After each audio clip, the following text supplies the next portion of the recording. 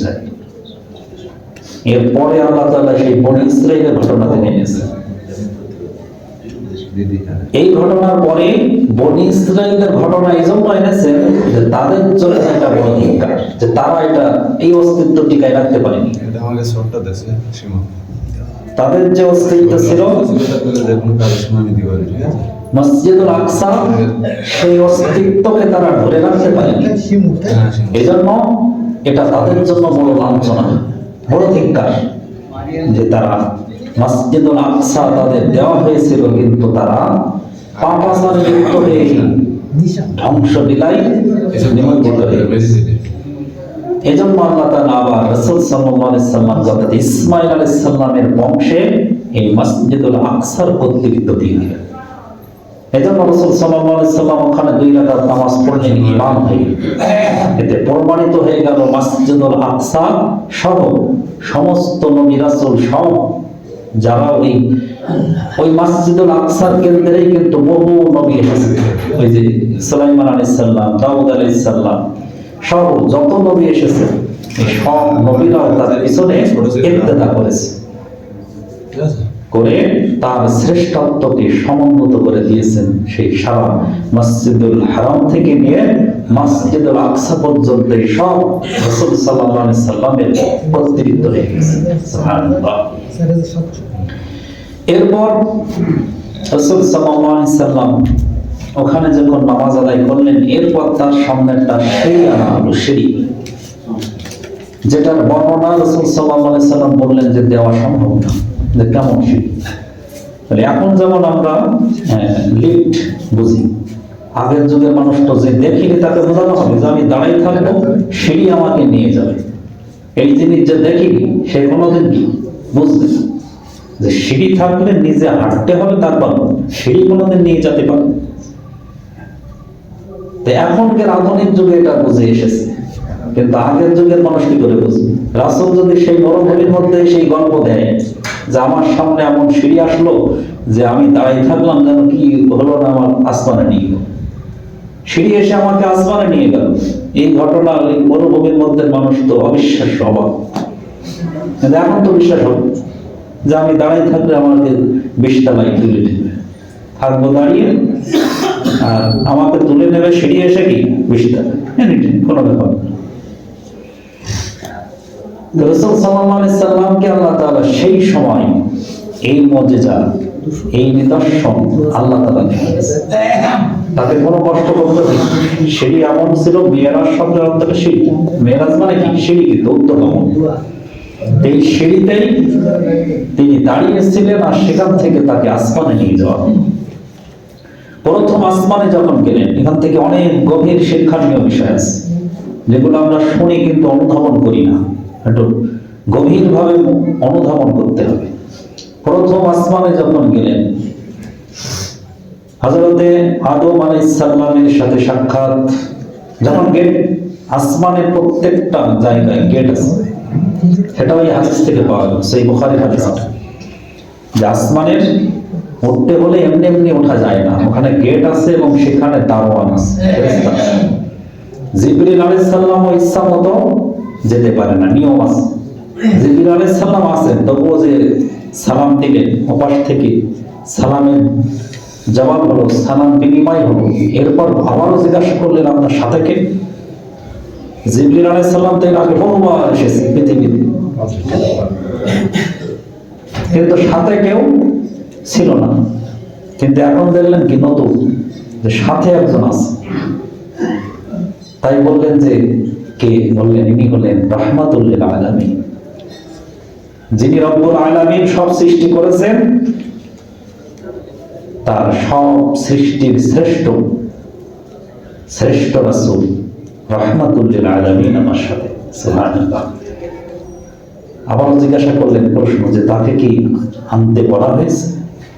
তা বলে হ্যাঁ, আল্লাহ তাআলা তাকে আনার হুকুম দিয়েছেন। রাসূল সাল্লাল্লাহু আলাইহি সাল্লাম আসমানে উঠলেন, উঠে দেখলেন আদম আলাইহিস সালামের সাথে সালাম বিনিময় হলো। রাসূল সাল্লাল্লাহু আলাইহি সাল্লাম লক্ষ্য করলেন যে আদম আলাইহিস সালাম বসে একবার ডান দিকে তাকাচ্ছে, আর একবার বাম দিকে তাকাচ্ছে। ডান দিকে যখন তাকাচ্ছে তিনি হাসছে, আনন্দিত হচ্ছে আদম আলাইহিস সালাম। আবার যখন বাম দিকে তাকাচ্ছে তখন মুখটা মলিন হয়ে যাচ্ছে, তিনি বিষণ্ণতায় ভুগছে, টেনশনে পড়ে যাচ্ছে, পেরেশানিতে ভুগছে। আবার ডান দিকে তাকালে আনন্দিত হচ্ছে। জিবরিল আলাইহিস সালামকে জিজ্ঞাসা করলেন যে আদম আলাইহিস সালাম আমাদের আদি পিতা এমন করছে কেন? তখন জিবরিল আলাইহিস সালাম ব্যাখ্যা দিলেন যে তিনি যখন ডান দিকে তাকাচ্ছে তখন দেখছেন যে তার সকল জাহান্নামী বান্দাদের শাস্তির অবস্থা। যখন বাম দিকে তাকাচ্ছে তখন জাহান্নামী বান্দাদের শাস্তির নিদর্শন দেখে তিনি পেরেশানিতে আছে। আবার যখন ডান দিকে তাকাচ্ছে তখন দেখছে যে যারা জান্নাতি বান্দা, তার জান্নাতি সন্তান, এই জান্নাতি সন্তানেরা কত আনন্দে উৎফুল্লে আছে, এটা দেখে তিনি আনন্দিত হচ্ছে। আর তাহলে আছেন কোন আসমানে? আদম আলাইহিস সালাম প্রথম আসমানে, নিকটবর্তী জায়গায় থেকে তিনি আফসোস করেন যে যাদের কর্মগুলো জাহান্নামমুখী হয়, যাদের কর্ম তাকে জাহান্নামে ফেলবে, এটা দেখে আমাদের আদি পিতা, যার সন্তান সমস্ত আদম সন্তান, যার থেকে আল্লাহ সৃষ্টি করেছে, সেই আদম আলাইহিস সালাম আসমানে বসে আফসোস করেন যে আমার এই সন্তান সে কর্মের কারণে জাহান্নামের দিকে চলে যাচ্ছে, যেটা শাস্তির জায়গা। আবার আমার অনেক সন্তান আমলের মাধ্যমে সে জান্নাত অর্জন করে দিচ্ছে, এটা তার জন্য আমার। এভাবে তিনি দিন পার করছেন। কখন কোন বান্দা ডানপন্থী হয়ে জান্নাতে আসে, কখন কোন বান্দা বামপন্থী হয়ে জাহান্নামী হয়ে যায়, এই পেরেশানি দিন কাটে। এটা প্রথম আসমানের খবর রাসূল সাল্লাল্লাহু আলাইহি সাল্লাম নিয়ে আসেন। দ্বিতীয় আসমানে যখন গেলেন আবার ওই সালাম বিনিময়, ওখানে গেট আছে, সালাম বিনিময় হলো, পরিচয় জিজ্ঞাসা করার পরে তারপরে অনুমতি দিলেন। উপরে গেলেন, যে দেখলেন ইয়াহইয়া আলাইহিস সালাম এবং ঈসা আলাইহিস সালাম দুইজন, শুধুমাত্র দ্বিতীয় আসমানেই দুইজন নবী। তাহলে ঈসা আলাইহিস সালাম উঠেছেন কোন আসমানে? দ্বিতীয় আসমানে। এটা সঠিকভাবে জেনে নিবেন, অনেকে চতুর্থ আসমান বলে, কিন্তু ঈসা আলাইহিস সালাম আছে দ্বিতীয় আসমানে। এবং তার সাথে আরো একজন নবীকে ইয়াহইয়া, দুইজন কেন? কারণ ঈসা আলাইহিস সালাম তিনি মৃত্যুবরণ না করেই আছেন, তিনি মৃত্যুবরণ না করেই আছেন, ব্যতিক্রম। আর ইয়াহইয়া আলাইহিস সালাম তো মৃত্যুবরণ করে আছে, আদম আলাইহিস সালাম মৃত্যুবরণ করে আছে। তাহলে মৃত্যুবরণ করা এক জিনিস আর জীবিত আর এক জিনিস।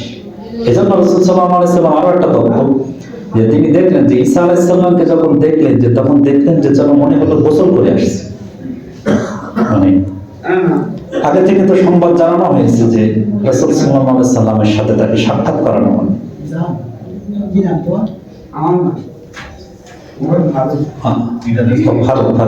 ফারুক ভাই দিয়েছে, ঠিক আছে।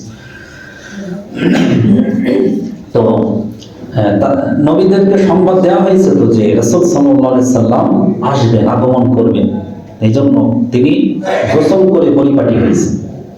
তাহলে এই যে নবী রাসূল যারা মৃত্যুবরণ করেছে তাদের আর গোসলের প্রয়োজন হয় না, কিন্তু ঈসা আলাইহিস সালাম যে জীবিত, জীবিতর মতোই সশরীরে তাকে উঠিয়ে নেওয়া হয়েছে আসমানে, এই জন্য তার কিন্তু গোসলের প্রয়োজন হয়। তার সেখানে আল্লাহ তাআলা বিশেষ ব্যবস্থা করে রেখেছেন, তার খাওয়া, আমাদের যে প্রয়োজন, মানবিক যে প্রয়োজন, সেই প্রয়োজন কিন্তু তার আছে সেখানে। এই কারণে গোসল করা অবস্থায় যেন চুলগুলো ভিজা ভিজা অবস্থায় তার সাথে সাক্ষাৎ হলো। এই আসমানে দুইজন নবী রেখেছেন এই জন্য যে ঈসা আলাইহিস সালাম তো জীবিত, আর ইয়াহইয়া আলাইহিস সালাম যিনি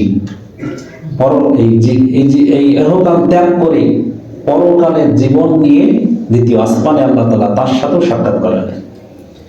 তাহলে বিশেষ রাসূল সাল্লাল্লাহু আলাইহি সাল্লামের সম্মানে এমন বিশেষ বিশেষ নবীদেরকে আল্লাহ এক আসমানে রেখেছেন। তৃতীয় আসমানে যখন গেলেন ইউসুফ আলাইহিস সালাম, চতুর্থ আসমানে যখন গেলেন হযরত ইদ্রিস আলাইহিস সালাম, পঞ্চম আসমানে হারুন আলাইহিস সালাম, ষষ্ঠ আসমানে মূসা আলাইহিস সালাম এবং সপ্তম আসমানে সর্বশেষ আসমানে যেখানে বাইতুল মামুর মসজিদুল, যেখানে ফেরেশতাদের কিবলা বাইতুল মামুর, যেমন মানুষের সমগ্র মুসলিম বিশ্বের কিবলা হলো হারামাইন কেবল কাবাঘর, সমস্ত আসমানে ফেরেশতাদের কিবলা হলো বাইতুল মামুর। এই মসজিদ সপ্তম আসমানে অবস্থিত। সুবহানাল্লাহ। এই আসমানে এখানে ইব্রাহিম আলাইহিস সালাম বসে আছে। এখানে এক বর্ণনা আসছে যে ইব্রাহিম আলাইহিস সালাম শিশু বাচ্চা এদের নিয়ে খেলাধুলা করে। শিশু বাচ্চা যারা মৃত্যুবরণ করে, বালেগ হওয়ার আগে যে সমস্ত শিশুরা মৃত্যুবরণ করে, তারা সপ্তম আসমানে ইব্রাহিম আলাইহিস সালামের সামনে তাদের খেলার জায়গা আল্লাহ তাআলা করে দেন। সুবহানাল্লাহ। ওখানে স্বাভাবিক অবস্থায় তারা খেলাধুলা করে, ইব্রাহিম আলাইহিস সালাম এই দৃশ্যগুলো দেখেন। এটা এক বর্ণনায় পাওয়া যায়। তো এইভাবে রাসূল সাল্লাল্লাহু আলাইহি সাল্লাম সপ্তম আসমানে যে গেলেন, এটার বর্ণনা সূরা নাজমের 12 থেকে 18 নম্বর আয়াতে আল্লাহ তাআলা বলেন, আফাতুমারুনাহু আলা মা ইয়ারা। ওখানে যখন গেলেন ইব্রাহিম আলাইহিস সালাম, জিবরাইল আলাইহিস সালামকে আবার স্ব-আকৃতি দেখতে পেলেন। তার যে নিজস্ব আকৃতি, এই আকৃতি দেখতে পেলেন, সেটা আল্লাহ তাআলা বলছেন, আফাতুমারুনাহু আলা মা ইয়ারা। তোমরা মুহাম্মদ সাল্লাল্লাহু আলাইহি সাল্লাম যা দেখেছে তা কি তোমরা তার সাথে এই বিষয়ে তর্কে লিপ্ত হবে? তর্ক বিতর্ক হচ্ছে যখন মক্কায় এসে যখন এই সমস্ত ঘটনা রাসূল সাল্লাল্লাহু আলাইহি সাল্লাম বললেন, তখন মানুষেরা কি তর্কে লিপ্ত হচ্ছে, যে তোমরা কি তর্কে লিপ্ত হবে? ওয়ালাকাদ রাআহু নাসলাতান উখরা। নিশ্চয়ই জিবরিল আলাইহিস সালামকে তাকে আবার দ্বিতীয়বার দেখেছেন সশরীরে। সুবহানাল্লাহ। জিবরিল আলাইহিস সালামকে তিনি আবার সপ্ত আসমানের উপরে ইনদা সিদরাতিল মুনতাহা, শেষ স্টেশন যেখানে সিদরা আছে, বড়ই বৃক্ষ আছে, এই বড়ই বৃক্ষ এই শেষ স্টেশন, মানে ফেরেশতাদের বাইরে যাওয়ার আর ফেরেশতাদের শেষ স্টেশন হলো সিদরাতুল মুনতাহা। ওই পর্যন্ত যে সমস্ত ফেরেশতারা থেমে যায়। এই শেষ স্টেশনে বড়ই বৃক্ষ নিকটে জিবরিল আলাইহিস সালামকে আবার দ্বিতীয়বার দেখেছে। তাহলে প্রথমবার স্ব-আকৃতিতে দেখেছিল কোথায়? জাবালে নূর, প্রথম ওহী যখন নাযিল হয়েছিল, এই জাবালে নূরে প্রথমবার রাসূল সাল্লাল্লাহু আলাইহি সাল্লাম সশরীরে জিবরিল আলাইহিস সালামকে দেখে ভয়ে প্রকম্পিত হয়েছে।